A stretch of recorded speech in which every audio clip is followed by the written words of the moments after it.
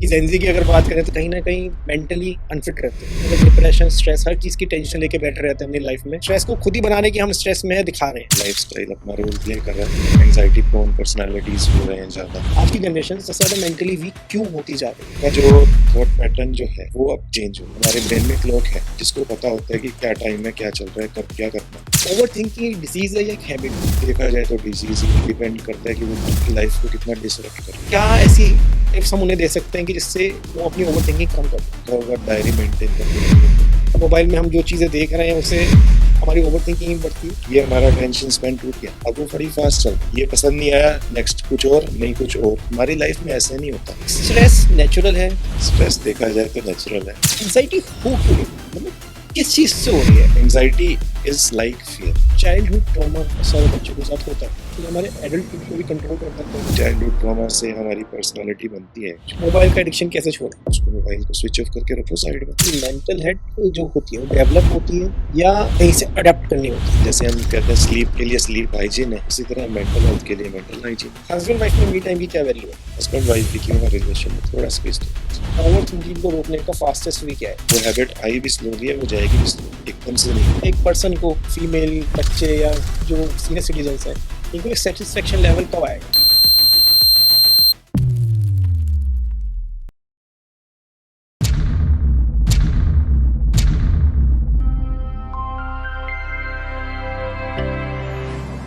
Doctor Sumesh, बहुत बहुत स्वागत है पॉडकास्ट बाबा में। थैंक यू जी। कैसे हैं सर? बढ़िया बढ़िया। सर आजकल देखा जाता है बहुत ज़्यादा लोग बाग बहुत ज़्यादा फिजिकली बहुत ज़्यादा फिट हो गए हैं, लेकिन कहीं ना कहीं मेंटली अनफिट रहते हैं। तो मतलब डिप्रेशन, स्ट्रेस, हर चीज़ की टेंशन लेके बैठे रहते हैं अपनी लाइफ में। पहले भी होती थी टेंशन, लेकिन आज के टाइम में इसको बर्डन की तरह बना के वो लेके बैठ रहे थे। तो इतना क्यों हो रहा है ये? ऐसा क्या केमिकल चेंज हो रहा है सबकी बॉडी में कि जेंजी की अगर बात करें तो एक चीज़ को पकड़ लेंगे तो पकड़ के ही बैठे रहेंगे? तो कौन से केमिकल्स ऐसे माइंड में रिलीज होते हैं जिससे ये सारी चीज़ें हो रही हैं, या केमिकल्स नहीं है कुछ और ही है, या वो स्ट्रेस को खुद ही बनाने की हम स्ट्रेस में दिखा रहे हैं? मल्टीपल चीजें हैं, मतलब लेट गो नहीं कर पाए किसी भी चीज हाँ, से। मतलब अटैच हो गए हैं तो अटैच्ड ही हैं, ये नहीं कि उसको जाने दें। भाई मल्टीपल चीजें हैं, लाइफस्टाइल अपना रोल प्ले कर रहा है। और कुछ देखा जाए तो जो थॉट पैटर्न ही ऐसा हो गया। कैसा?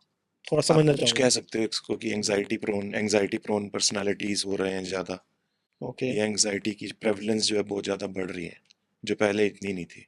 आप कह सकते हैं ओवर थिंकिंग, जैसे आजकल सब कहते हैं कि ओवर थिंकिंग बहुत ज़्यादा हो रही है। हम्म। ओवरथिंकिंग हो रही है या की जा रही है? दोनों में डिफरेंस है। की जा रही है, मतलब कहीं ना कहीं शुरुआत तो हम ही से हो रही है, लेकिन फिर वो जो पैटर्न डेवलप हो रहा है वो छूट नहीं रहा।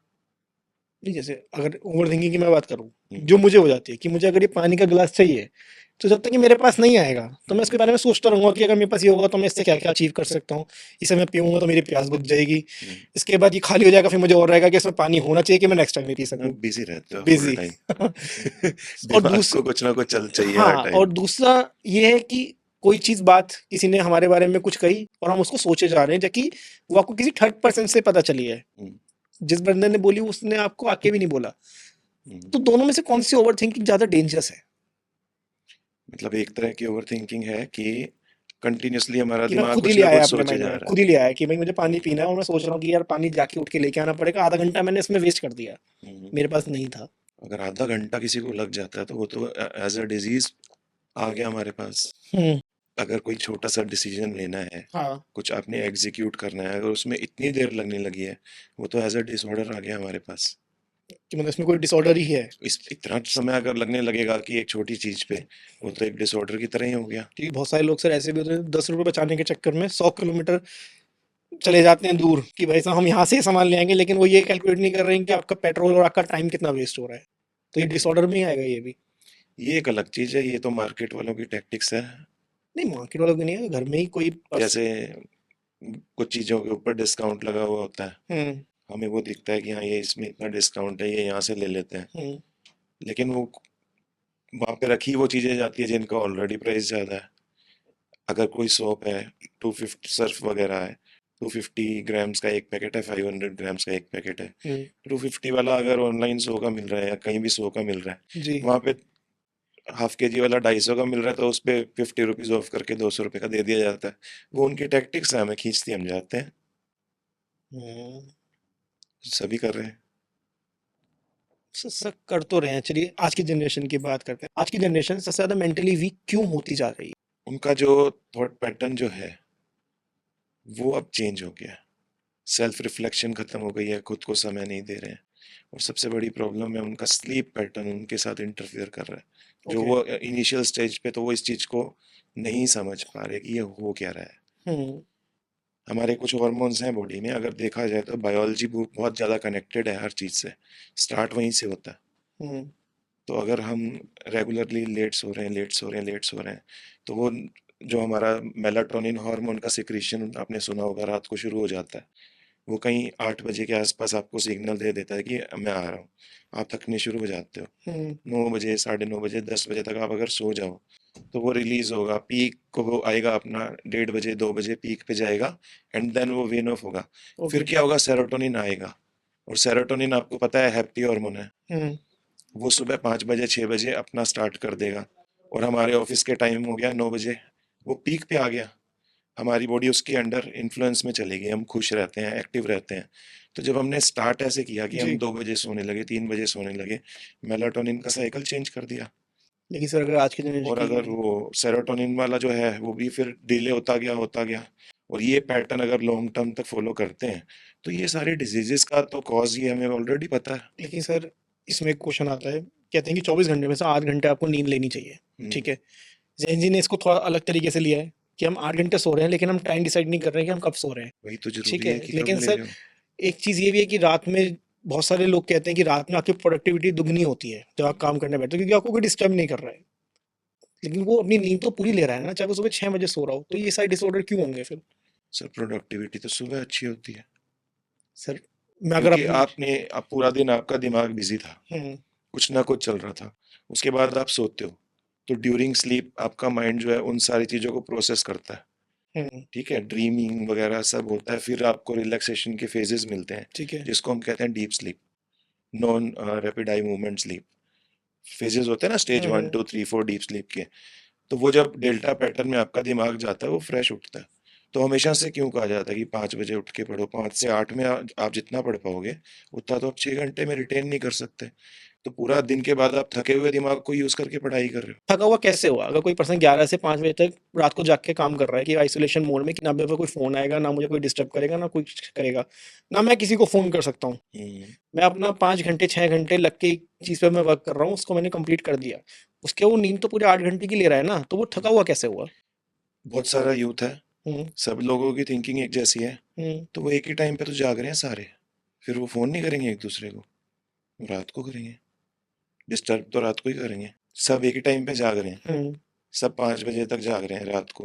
नहीं, मैं सबकी बात नहीं कर रहा हूँ। मैं उन लोगों की बात कर रहा हूँ जो लोगों को ये आंसर नहीं मिल पाता है कि रात में जाग के काम करना इज ओके, कि हम अपनी नींद पूरी ले रहे हैं या अपने आप को पूरा मेंटेन रख रहे हैं, हम अपनी हेल्थ पे भी ध्यान दे रहे हैं, हर चीज से अपने चलो सारे एक गोल पूरे कर इस रहे पे हैं। एक चीज करते हैं। जी। हमारा एक नेचुरल साइकिल है, ठीक है। ठीक है, जो गॉड मेड साइकिल है। बिल्कुल। ठीक है, ये सूरज उगता है उसका एक टाइम 5 बजे है, उठो, रात को 11 बजे सो जाओ। वो उसका एक टाइम है कि कब वो ढल जाता है। हम्म। ठीक है, उसी तरह से हमारी बॉडी ने इतने सालों में अडाप्ट किया।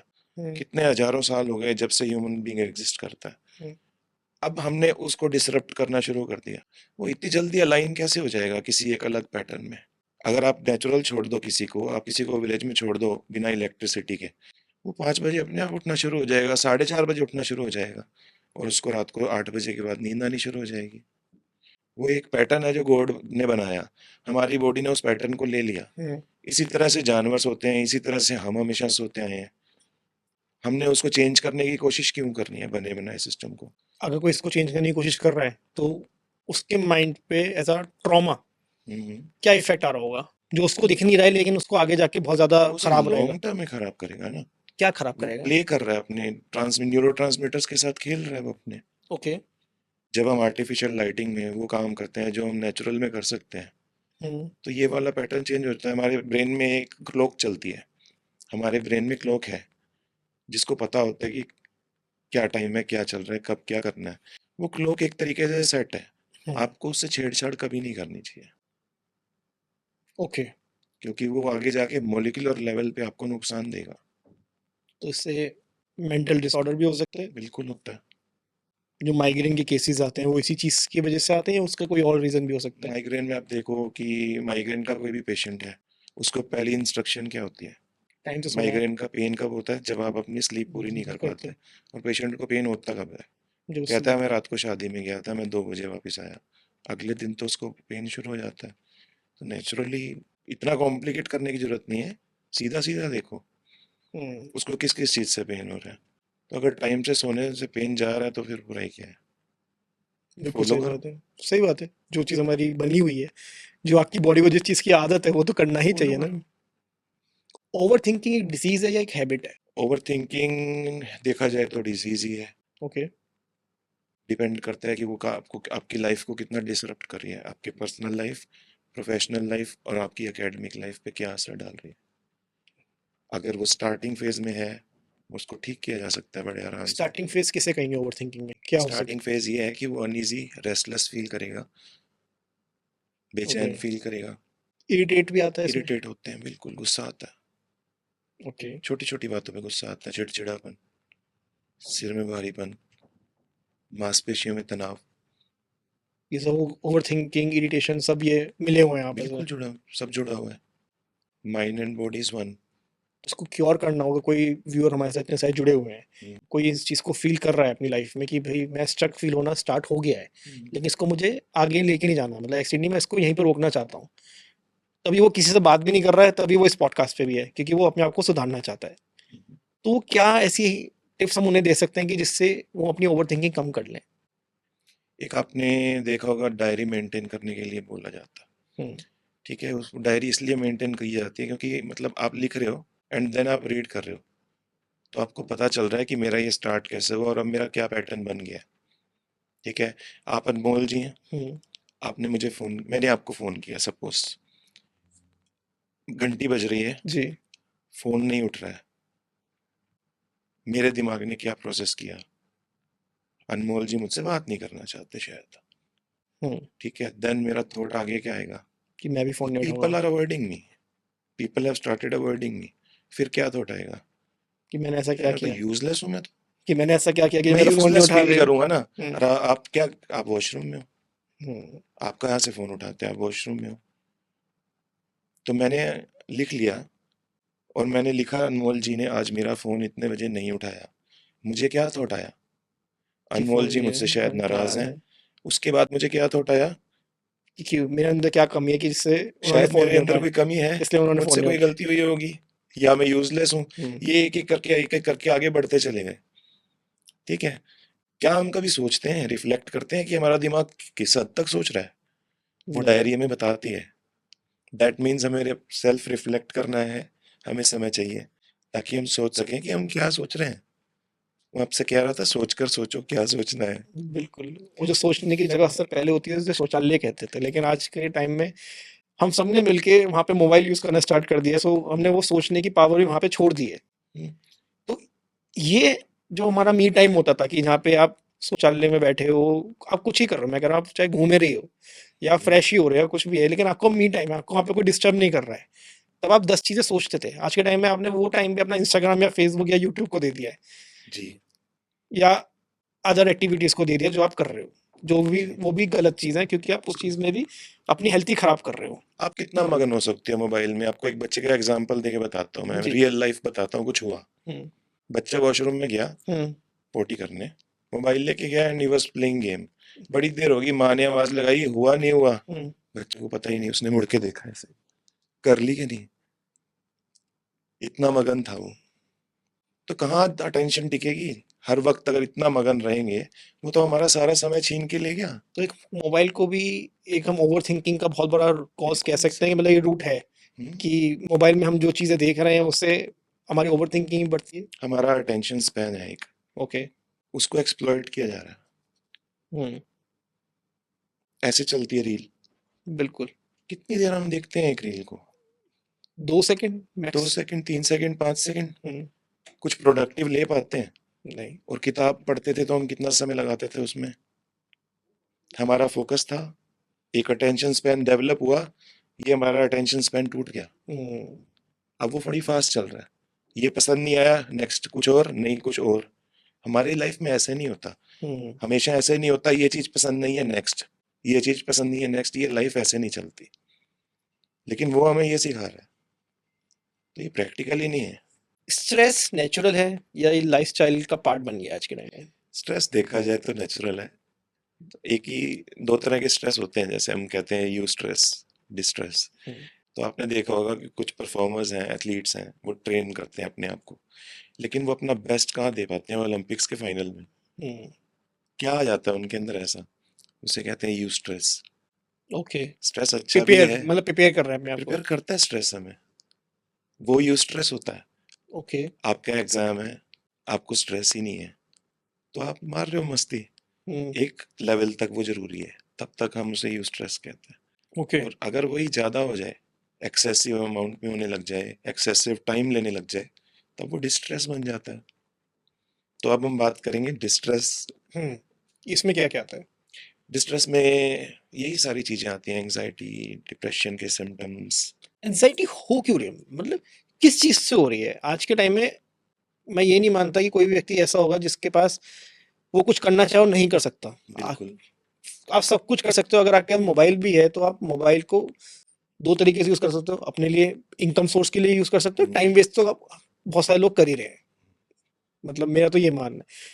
तो वो जब भी इरिटेट क्यों हो रहा है जबकि उसके पास एक फोन तो है ही ना, अगर उससे कुछ भी करना है तो वो फोन के जरिए, उसमें नेट भी आज के टाइम में, पहले तो महंगे होते थे, अब तो कुछ भी रेट नहीं लगता है। हम्म। तो लोग बाग क्यों नहीं कर रहे हैं वो चीजें? एंजाइटी को अपने बेसिकली समझते हैं, ये है क्या, ये वर्ड क्या है, मतलब हम्म। क्या है, लोगों को पता नहीं हाँ। इसके बारे में। ठीक है। Anxiety is like fear, okay. किसी चीज का भय, किसी ठीक है। चीज का डर। ठीक है। आप रोड पे गए हो, सामने से बस आ रही है, हम्म। आपको लग रहा है कि मैं भिड़ जाऊंगा, मेरा एक्सीडेंट ना हो जाए, वो एक फियर है। हम्म। वो रैशनल है कि सच में बस आ रही है, वो स्पीडिंग बस है। ठीक है। एंजाइटी क्या है? Fear of unknown. कि भिड़ूंगा नहीं अगर भिड़ूंगा मैं जाऊंगा तो और बस आ आ गई गई। तो मेरा एक्सीडेंट हो जाएगा, तो वर्स्ट पॉसिबल सिनेरियो दिमाग सोचने लगता है। एंजाइटी यही तो है, hmm. Irrational fear of something. तो इसको ओवरकम करने के लिए इंसान के माइंड में जो आ रहा है उसको एक्शन में कन्वर्ट कर देना चाहिए तभी, या नहीं? डिपेंड करता है, मतलब मैं आपकी बात नहीं समझा, जो आ रहा है जैसे भी आप मतलब। कह रहे हैं कि कोई पर्सन सड़क क्रॉस करना जा रहा है, हम्म, रोड क्रॉस कर रहा है, उसको दिख रहा है वहां से बस आ रही है हम्म, और ये मुझसे टकरा सकती नहीं, है। वो तो एक एग्जाम्पल था ना हाँ, तो आपने इसी अगर। एग्जांपल को हम आगे लेके चलते हैं। हम्म, और दूसरा व्यक्ति है कि वो देख रहा है कि वहां से बस आ रही है, लेकिन वो अपनी, उसको पता है कि मैं जिस स्पीड से क्रॉस कर रहा हूँ मैं यहाँ से पार चला जाऊंगा, मुझे अगर रोड क्रॉस करनी है मैं कर लूंगा। हम्म, तो उसने तो स्ट्रेस को आने नहीं दिया ना, उसको उसने कॉन्फिडेंस दिखा हाँ के उसको पार कर लिया। तो बिल्कुल। ये चीज होनी चाहिए। उसको, हाँ बिल्कुल, उसको डिसेंसिटाइजेशन बोलते हैं। तो मैं उसको एक्शन कह रहा हूँ कि अगर आपके माइंड में ये आया है कि अगर मुझे उठ के वहां पे आपके पास बैठ के मुझे पॉडकास्ट करना है, हम दोनों साथ में बैठ के करेंगे, चाहे भले कैमरास चल रहे हैं, हर चीज चल रही है, लेकिन मुझे पता है कि वहां पे बैठ के वो चीज अच्छी हो सकती है, तो मैं उसको सोचने की बजाय अगर मैं एक्शन लेके कर लूँ तो वो ओके है। बिल्कुल। डिसेंसिटाइज करने का मतलब यही है, जैसे हम यहाँ आए, हम्म। मैं बैठा, मैं पहली बार पॉडकास्ट कर रहा हूँ, मुझे थोड़ा एक होगी एंग्जाइटी कि मैं कैसा कर पाऊंगा, हम्म। ठीक कर पाऊंगा, नहीं कर पाऊंगा, मेरा मुंह सूखेगा, हम्म। मेरा माइंड ब्लैंक होगा। ये होता है ना सबके साथ एक बार। हम्म। लेकिन थोड़ी देर में मैं कंफर्टेबल हो जाऊंगा।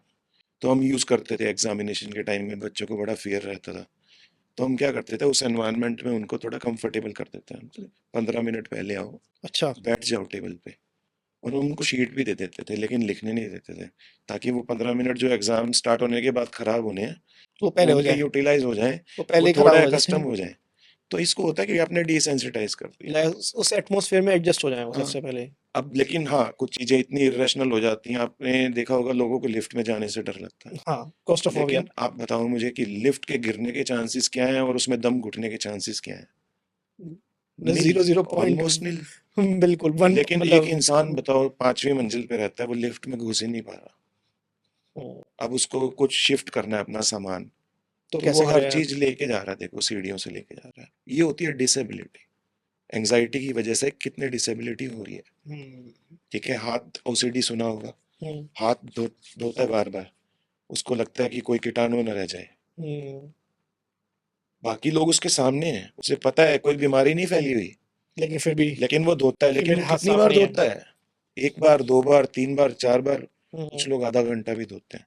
ये स्किन तक छिल जाती है, वाइट हो जाते हैं हाथ। आधा घंटा? उनके दिन का मैक्सिमम समय हाथ धोने में निकल जाता है, ये नाखून सब खराब हो जाते हैं, स्किन वाइट हो जाती है, इसको बोलते हैं डिसेबिलिटी।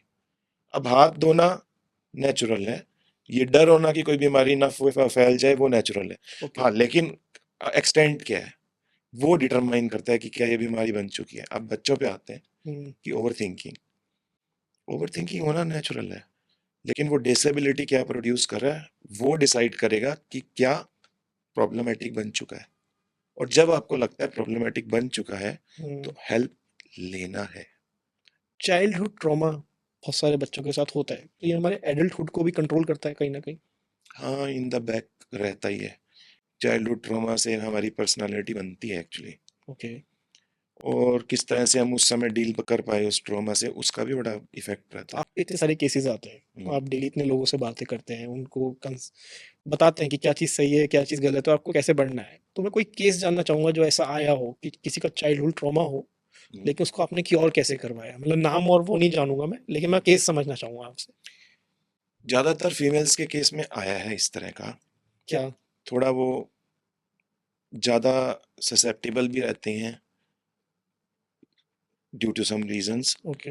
और मैंने ये देखा है कि जो उस समय ठीक से उस ट्रॉमा को रिजॉल्व नहीं कर पाए उनको ज्यादा प्रॉब्लम होती है। तो उन्हें ठीक करने के लिए पहली बात तो वो किसी को बताते नहीं है, किसी से शेयर नहीं करते इस चीज कि के मेरे बारे साथ में। हुआ क्या है। हम्म, मान लो शेयर किया भी है, अगर सामने से रिस्पॉन्स ही ऐसा आ गया कि इस बारे में किसी से बात मत करना, तो वो अंदर ही अंदर वो अंदर रह जाता है। और घुटेगा। तो अगर आप उनको कोई एक ऐसा पार्टनर मिल जाए या कोई ऐसा थेरेपिस्ट मिल जाए जो मतलब उस ट्रॉमा को शेयर कर सके, वो इंसान उस मोमेंट को रीलिव करके दोबारा उसे रिजोल्व कर सके, तो वहाँ उसे बहुत रिलीफ मिल जाता है एंड देन वो बार बार आना बंद हो जाता है। तो यही एक थेरेपी रहती है, किया जाता है। ओके। आप उस मेमोरी को रिलीव कर रहे हो with the emotions you experienced at that time and then you resolve the जो भी आपके अंदर रह गया उसे रिजोल्व किया जाता है। तो जो ये चाइल्ड ट्रॉमा जो हम कह रहे हैं, ये हम्म, मेंटल ट्रॉमा से भी मतलब बिल्कुल। एक ही चीज है या अलग अलग है नहीं दोनों। नहीं, एक ही चीज है। एक ही चीज है। सबके लिए एक जैसा नहीं होता एक ही चीज। ट्रॉमा की जो भी इंटेंसिटी है डिपेंड्स ऑन योर पर्सनालिटी, आप उसको कैसे लेते हो, हम्म। ये भी एक चीज है। बहुत सारे लोग होते हैं जो अपने अंदर मतलब बदले का भाव रखते हैं कि भाई बचपन में मेरे साथ इस पर्सन ने ये किया था, जब मैं बड़ा हो जाऊंगा तब मैं इसको बताऊंगा कि ये चीज क्यों करी थी तुमने मेरे साथ, और मैं तुम्हें जवाब दूंगा इसका। हम्म, तो बहुत सारे लोग कहते हैं कि यार तुम गुस्से में कर रहे हो, बहुत सारे लोग कहते हैं कि नहीं यार उसने मेरे ऊपर छाप छोड़ी थी एक चीज की, वो मुझे रिटर्न करनी है, या वो ट्रॉमा ही कहेंगे हम उस चीज को। तो ये हम्म। क्या होगा, डिसीज होगी, ट्रॉमा होगा, ओवर थिंकिंग हो गई, ये स्ट्रेस है, या किसी की बात का बुरा लगना कि इमोशनली वो इतना ब्रेक हो गया उस बात से कि वो उसको रिप्लाई करना चाहता है। मतलब वो मूव ऑन ही नहीं कर पा मूव रहे ऑन नहीं, उस मतलब चीज वो को पकड़ के लेके। बैठा है उस बात को। तो उसको छुड़वाने के कई तरीके होते हैं। जैसे। जैसे उसको ये सिखाना होता है कि आप अपना कितना समय इस चीज पे वेस्ट कर रहे हो और कितनी आपकी प्रोडक्टिविटी जा रही है, और वो जो होना था वो वापस रिवर्स तो हो नहीं सकता, जो होना था बिल्कुल। हो गया है। बिल्कुल। तो उसको प्रोडक्टिव वेज सिखाए जाते हैं। अगर और मैं अगर वो मान लो नहीं ही छोड़ पा रहा है उस चीज हम्म, को तो उसको मौका दिया जाता है उस चीज का। अगर मैं प्रोडक्टिव वे आपसे पूछूं कोई 5 प्रोडक्टिव वे, तो क्या हो सकते हैं कि कोई देख रहा है व्यूअर हमारा और उसको इस हम्म, चीज से निकलना है, तो वो क्या किसी क्या। पास्ट ट्रॉमा में हाँ। अगर वो तो वो फंसा हुआ है और वो उससे हाँ, निकलना तो हम चाहता उनको है। क्या एक्सरसाइज ऐसी बता सकते हैं या कुछ ऐसे टिप्स दे सकते हैं जिससे उनकी लाइफ बेटर हो जाए इस पॉडकास्ट के बाद। हर इंसान का कुछ ना कुछ गोल होता है, हम्म। कुछ ना कुछ अर्थ गोल होता है, और सुबह उठ के वो अपने कुछ डेली गोल्स भी बना सकता है। ठीक है, ठीक है। बिजी रहने के लिए वो कुछ नया सीख सकता है। हम्म। हम हमेशा, आप देखो पहले न्यूज़पेपर में सुडोकू आया करती थी, याद है कितने लोग खेलते थे उसे। बहुत खेलते थे, मैंने भी खेली हम अब लोग। कौन खेल रहा है? हम न्यूज़पेपर को देख भी रहा है कोई घुमा के कि पीछे सुडोकू की गेम है? बिल्कुल। ये एक छोटी सी चीज बहुत कुछ सोल्व करती है। एक हैबिट डेवलप करो। उसको बढ़ाओ। हाँ, उसको बढ़ाओ ना। आप यूज करोगे ब्रेन को जितना प्रोडक्टिव, उतना वो कुछ गेन करेगा, उतना उसकी एबिलिटी और ज्यादा इंक्रीज होगी। अभी आपने एक वर्ड यूज किया प्रोडक्टिविटी, कि आपको अपनी प्रोडक्टिविटी पे ध्यान देना चाहिए, और आप उस पर वर्क करोगे तो आपके पास कुछ और सोचने को है ही नहीं। बिल्कुल। लेकिन आज के, जैसे मैंने अपने चैनल पे पोल चलाता रहता हूँ मैं, तो मैंने एक पोल डाला था कि आपकी प्रोडक्टिविटी कौन सी चीज़ है जो आपको रोक देती है जब आप सुबह अपने डेली गोल्स बना रहे हो। हम्म, तो ऐसी क्या चीज़ है जो आपको डेली गोल्स तक अचीव नहीं करने दे रही है। तो हम्म, उसमें सबसे ज़्यादा लोग बाग कहते हैं कि हमारा कंसंट्रेशन या फोकस नहीं बैठ पाता है। हम सुबह सोच के तो बहुत कुछ निकलते हैं, लेकिन पहुँचते कहीं नहीं है शाम तक। हम्म, तो ये फोकस क्यों हिल जाता है इनका? जब इन्होंने मॉर्निंग गोल्स बना लिए कि आज मुझे, मान लेते हैं मैं एक मतलब पॉडकास्ट करता हूँ, मैंने बना लिया कि भाई मुझे आज 5 वीडियो शूट करने ही करने हैं और मुझे अपलोड करवाने हैं। लेकिन एंड ऑफ द डे मैं एक पे ही हूँ और मेरा टाइम कहाँ गया वो भी मुझे नहीं पता। तो क्या हुआ अगर एक पे रह गए तो?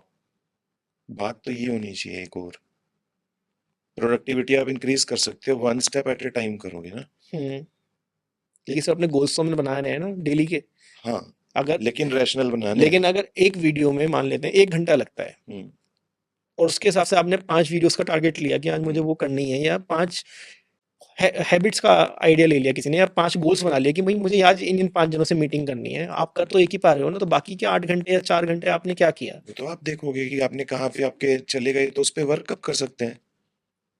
तो वही तो नहीं कर पा रहे हैं ना सर। वही तो मैं पूछना चाह रहा हूँ कि उस पे वर्क कैसे करें?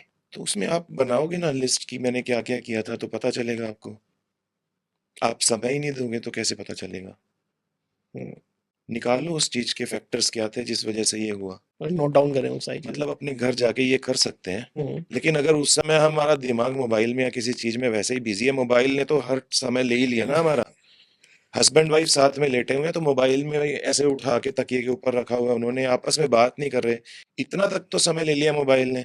कुछ वर्कअप करेंगे तो कुछ ना कुछ मेथड्स निकल के आ जाएंगे सामने। इतना मुश्किल तो है ही नहीं। मोबाइल का एडिक्शन कैसे छोड़ें? कैसे छोड़ें? उसको मोबाइल को स्विच ऑफ करके रखो साइड में।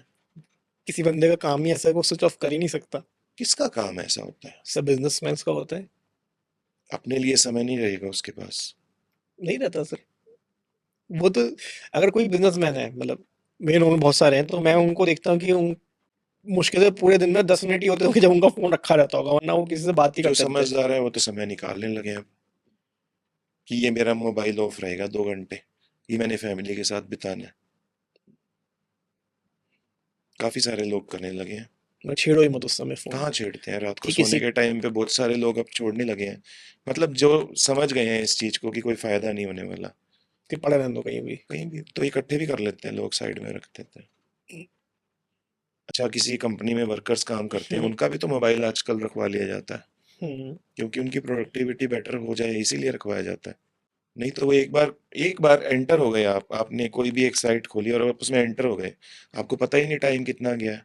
10 मिनट सोच के आप एंटर हुए, 1 घंटा आपको पता ही नहीं चलेगा। कहीं नहीं पता क्योंकि चलेगा। वो ऐप डिजाइन इस तरह से की गई है कि वो बड़ी फास्ट ऐसे चलती जाएगी। आपको नई नई चीजें और अब तो ऑटो दिखती स्क्रॉल जाएंगी भी आ एंड गया है। वो अब तो ऑटो स्क्रॉल भी हो गया है कि आपको अपने फिंगर्स भी नहीं हिलानी है, ऑटोमेटिक स्क्रॉल हो जाता है। वो एक बार आप अपने एक्सपीरियंस से ही बताओ। हुँ, हमने ये सब किया है एक्सपीरियंस। हमने सोचा कि चलो देख लेते हैं और हुँ, बाद में हमें पता ही नहीं चला कितना समय बीत गया। बिल्कुल। तो अगर उसको एक बार रिफ्लेक्ट करेंगे तो कुछ ना कुछ वेज तो निकलेंगे। हुँ।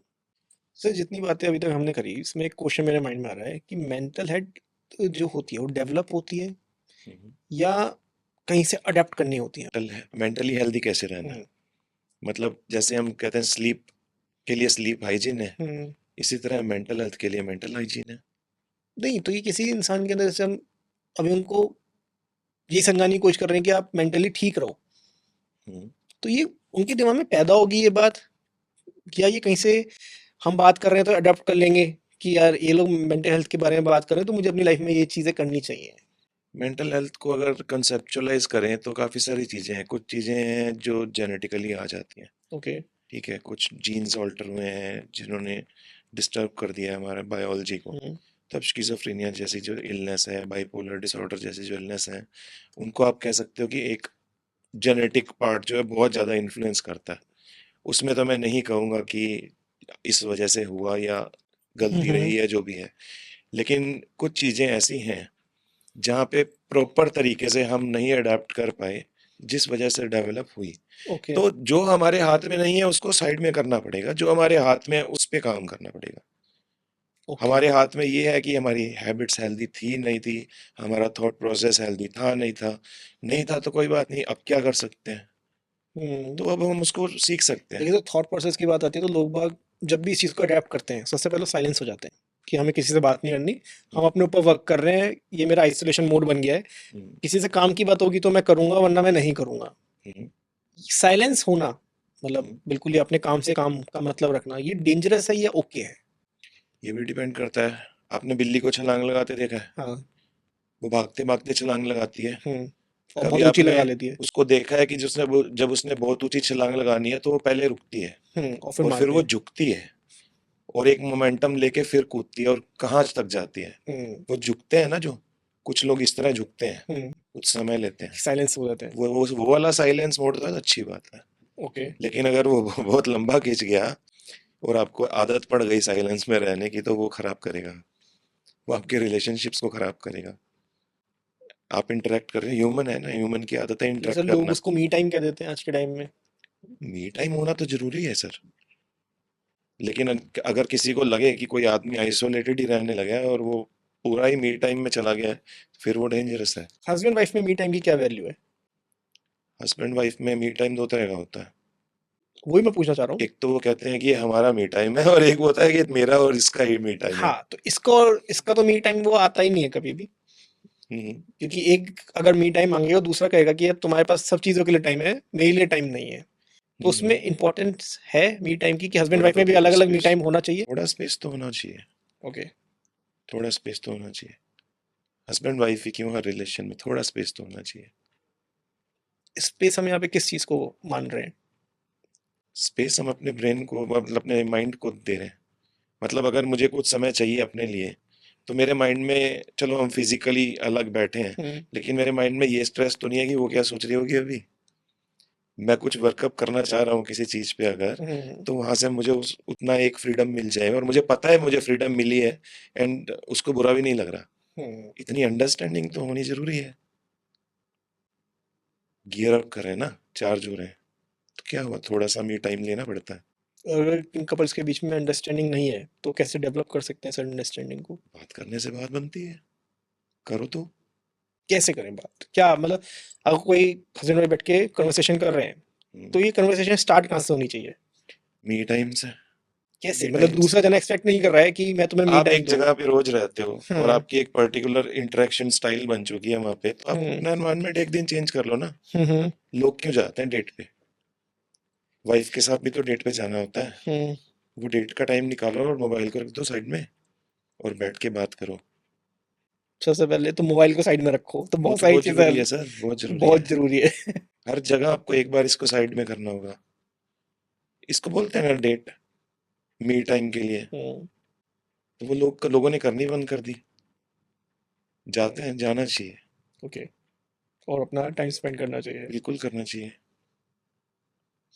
बैठ के बात करनी चाहिए। एनवायरनमेंट थोड़ा चेंज होता है तो थोड़ा माइंडसेट भी चेंज हो जाता है। ओवर थिंकिंग को रोकने का फास्टेस्ट वे क्या है? ओवर थिंकिंग को रोकने का फास्टेस्ट वे क्या है?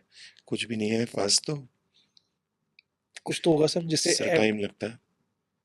एट अ आई भी टाइम। तो नहीं ना एकदम से। हम बेचैन हो चुके हैं सर।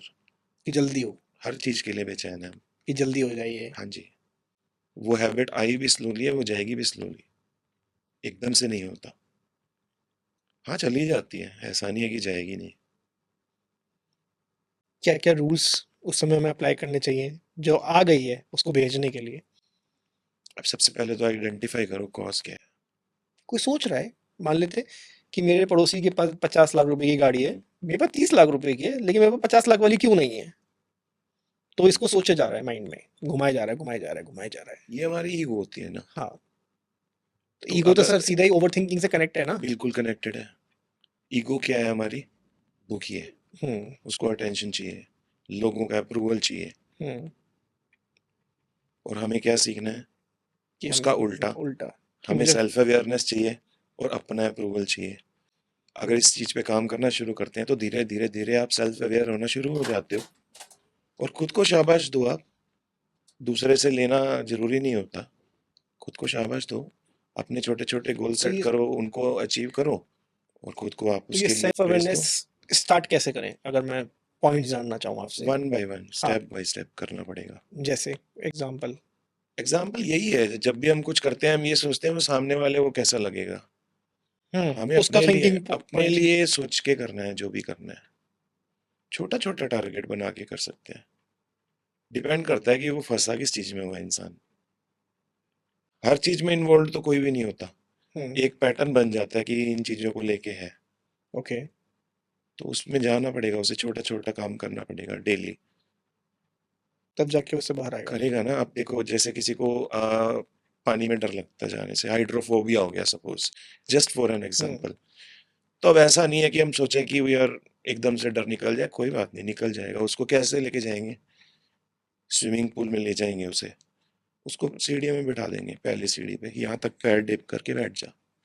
बस बैठा रहेगा। हाँ बैठेगा वो, कोई बात नहीं। पहले दिन उसको ऐसे ही बिठाओ थोड़ी देर, नेक्स्ट डे उसको यहाँ तक पानी तो लेके आओ, फिर यहाँ तक लेके आओ, फिर यहाँ तक लेके आओ, फिर बेल्ट एरिया तक लेके आओ।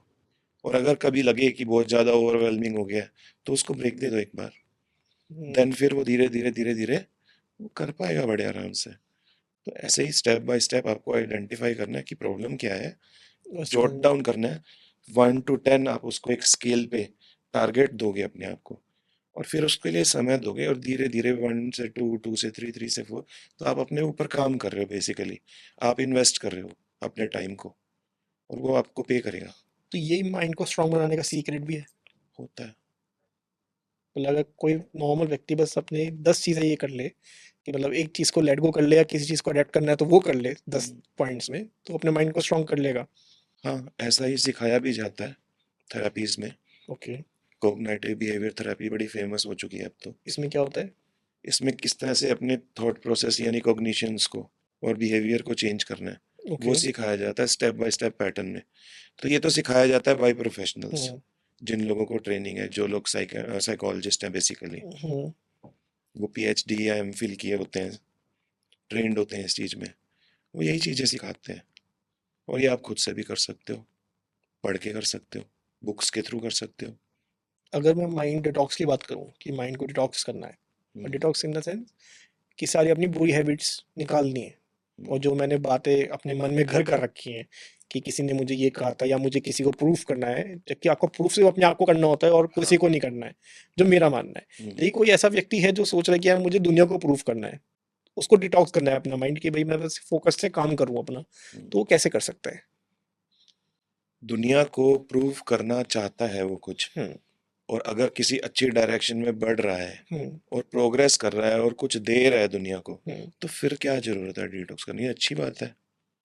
लेकिन यही चीज अगर उसको नुकसान दे रही है, उसकी पर्सनल लाइफ डिसरप्ट हो रही है। कि मन नहीं है वो चीज करने का, बट दूसरों को प्रूफ करने के लिए वो कर रहा है। अच्छा, कंपैरिजन। कंपैरिजन के हाँ। रूप में ले रहे हैं। वही बात आ जाती है कि अगर उसकी पर्सनल लाइफ डिसरप्ट हो रही है तो फिर उसे रिफ्लेक्ट करना होगा इस चीज पे। नेचुरल सी बात है, आपने 30 लाख और 50 लाख वाली कार कही, हम्म, तो मेरे को तो ये देखना होगा कि मैं कितना कमाता हूँ, और फिर मुझे बच्चे की फीस भी भरनी है, और मुझे ये सब भी चीज़ें भी देखनी है। तो क्या ये लेना प्रैक्टिकल है मेरे लिए? अगर नहीं प्रैक्टिकल है तो ठीक है। और अगर बजट में है तो ले लो, कौन मना कर रहा बजट है? में तो कोई दिक्कत ही नहीं है। लेकिन उसके लिए अगर आपको एफर्ट करना पड़ रहा है और कहीं से कुछ जुगाड़ करने पड़ रहे हैं चीज़ों के लिए, तो वो चीज़ गलत है।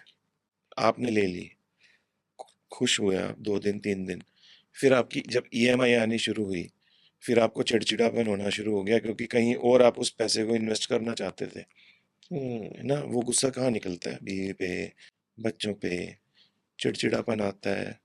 हम्म। माँ बाप बोलते हैं मेरी दवाई ले आना बेटा यहाँ से, ये वो बोलता है क्या, एक तो पहले ऑफिस से मैं परेशान था, अब सर इनका फोन आ गया है। सर ये तो चलो ये बात तो हुई ये कि तो इस पर्सन ने खुद के डिसीजन से ही खुद के पैर पे कुल्हाड़ी मारी और हम्म, सारी चीज़ें खराब कर ली, कि वो कहीं ना कहीं इरिटेट हो रहा है। हम्म, एक व्यक्ति है जो कॉर्पोरेट में वर्क करता है, 9:30 to 6 की जॉब कर रहा है, पूरा दिन भर गया, 5:30 की मीटिंग में बॉस ने उसे डांट दिया। हम्म, ठीक है, वो अपना घर चला गया और वो गुस्सा कर रहा है, मतलब इरिटेट हो गया। हम्म, तो ये कितना सही है? कि मैं तो ये मानता हूँ कि ऑफिस की बात ऑफिस में रहनी चाहिए और घर की बात घर में रहनी चाहिए, हम्म, लेकिन ये बंदा उसको कैरी फॉरवर्ड कर रहा है। जी। हमारे हमने ईगो की बात की। हम्म। हमारी ईगो चलती है डिफेंस मैकेनिज्म से। ओके। कुछ होते हैं उसके डिफेंस मैकेनिज्म अपने आप को सही प्रूव करने के लिए। हम्म, वो कुछ अच्छे अडेप्टिव होते हैं, कुछ मैल अडेप्टिव होते हैं। हम्म। ये जिसकी आप बात कर रहे हैं, ये एक मैल अडेप्टिव डिफेंस मैकेनिज्म है, इसको बोलते हैं डिस्प्लेसमेंट। ओके। डिस्प्लेसमेंट का मतलब आया कहीं से, डिस्प्लेस हुआ कहीं कहीं और। और। तो अगर इंसान रिफ्लेक्ट करे और उसे पता हो कि मैं डिस्प्लेस कर रहा हूँ, तो वो इस चीज को ओवरकम कर सकता है, बस उसे पता तो होना चाहिए। उसे पता नहीं है कि वो डिस्प्लेस कर रहा है। आप सड़क पे जा रहे हो, कुत्ते ने आपको काट लिया, और फिर आपने जाके ऑफिस में बहुत सारे लोगों को बहुत कुछ कर दिया, वो डिस्प्लेस हो गया आगे जाके। कहीं का गुस्सा कहीं निकल गया। तो आपको अवेयर होना बहुत जरूरी है। आप अपनी ईगो को मौका दे रहे हो, और वो अडेप्टिव जो होना, मैल अडेप्टिव जो डिफेंस है, वो ओवर पावर कर रहा है बाकी चीजों को। उसको सीख सकते लेकिन हैं। सर ये ऐसा क्यों हो रहा है? मतलब अगर हम एक 30 साल के व्यक्ति की बात करें, वो आज ज्यादा दुखी है, जबकि उनके पापा जब 30 साल के थे वो इतने दुखी नहीं थे, जबकि वो आज 70 के हो गए। बहुत सारी चीजें इम्पल्सिव होके कर रहे हैं हम। उतना धैर्य नहीं है, उतना सोचते नहीं है, उतना आपस में बात नहीं करते, आइसोलेशन में रह रहे हैं।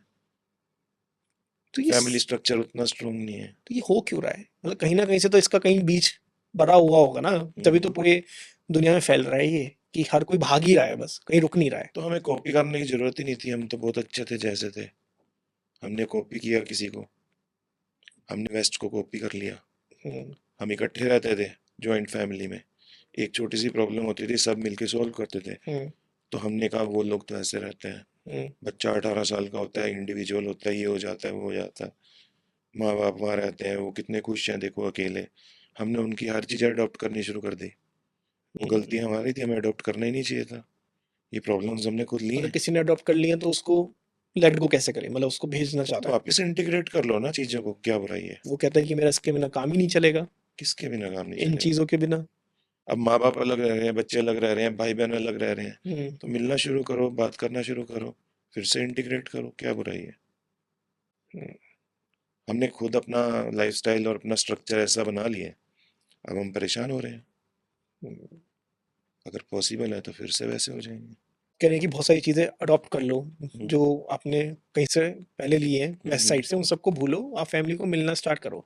हम्म। तो एक व्यक्ति को या एक पर्सन को, या फीमेल बच्चे या जो सीनियर सिटीजन्स हैं, इनको एक सेटिस्फेक्शन लेवल कब आएगा? सेटिस्फेक्शन लेवल जो है ये कहीं बाहर तो है नहीं, ये हमारे अंदर है। दिख क्यों नहीं रहा है फिर? दिख क्योंकि क्यों नहीं मिल रहा नहीं है? रहा है, आप जनरेशन्स के क्योंकि मिल हिसाब भी से नहीं रहा चेक है। करो। हम्म, आपने 30-70 ईयर्स में कुछ बात की थी पहले, जी।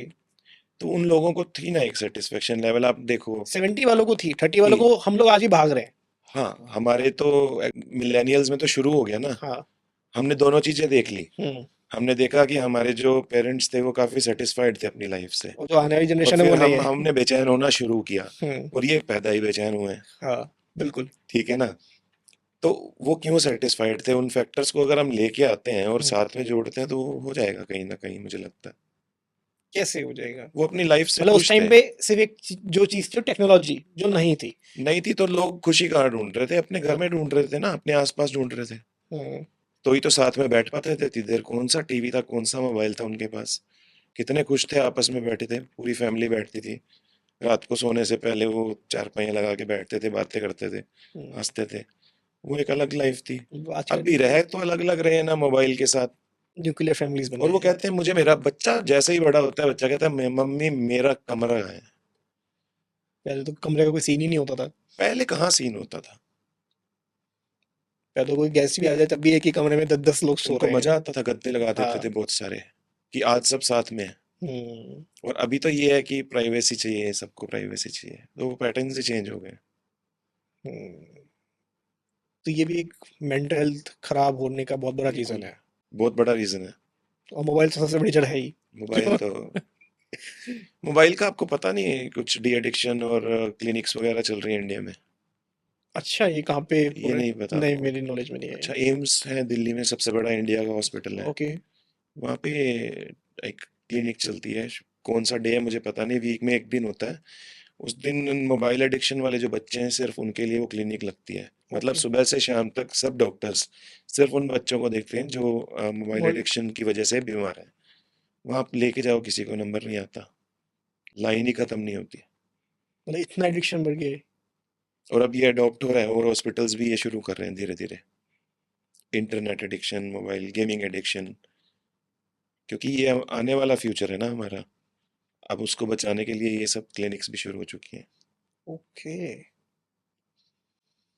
थैंक यू सर, इस पॉडकास्ट में जुड़ने के लिए और जाते-जाते अगर आप हमारे व्यूअर्स को कोई मैसेज देना चाहें सो प्लीज़। तो आज सब बहुत ज़्यादा एंग्शियस और बहुत ज़्यादा परेशान फ़ील कर रहे हैं, यंग जनरेशन भी खुद को काफ़ी हेल्पलेस फ़ील कर रही है इस चीज़ में। तो हम ढूँढ रहे हैं कि हमारा दुश्मन कौन है? क्या चीज़ है? वो दुश्मन कुछ नहीं है, मोबाइल है, वो हमारी जेब में, हमारे हाथ में हर समय रहता है। तो हमें कोशिश करनी है कि दिन का कुछ समय निकाल के हम उससे थोड़ा दूर रहें और फिर आप रिज़ल्ट देखेंगे, धीरे-धीरे आपको पता चलेगा कि किस तरह से ये हमें अफ़ेक्ट कर रहा था और अब हमें छुटकारा मिल रहा है इससे। बिल्कुल। बहुत बड़ी प्रॉब्लम बन चुका है। Thank you ji. Thank you sir. Video को लाइक, शेयर, सब्सक्राइब करना ना भूलें और दिन में जैसे हमने कहा मोबाइल से थोड़ा दूर रहें। चाहे 15 मिनट से स्टार्ट करिए, वो कब 15 घंटे में बदल जाएगा वो खुद नहीं पता चलेगा, लेकिन स्टार्ट आज से ही करें। एक्शन लेंगे तभी रिज़ल्ट मिलेगा, उसके बिना कुछ नहीं है। Thank you.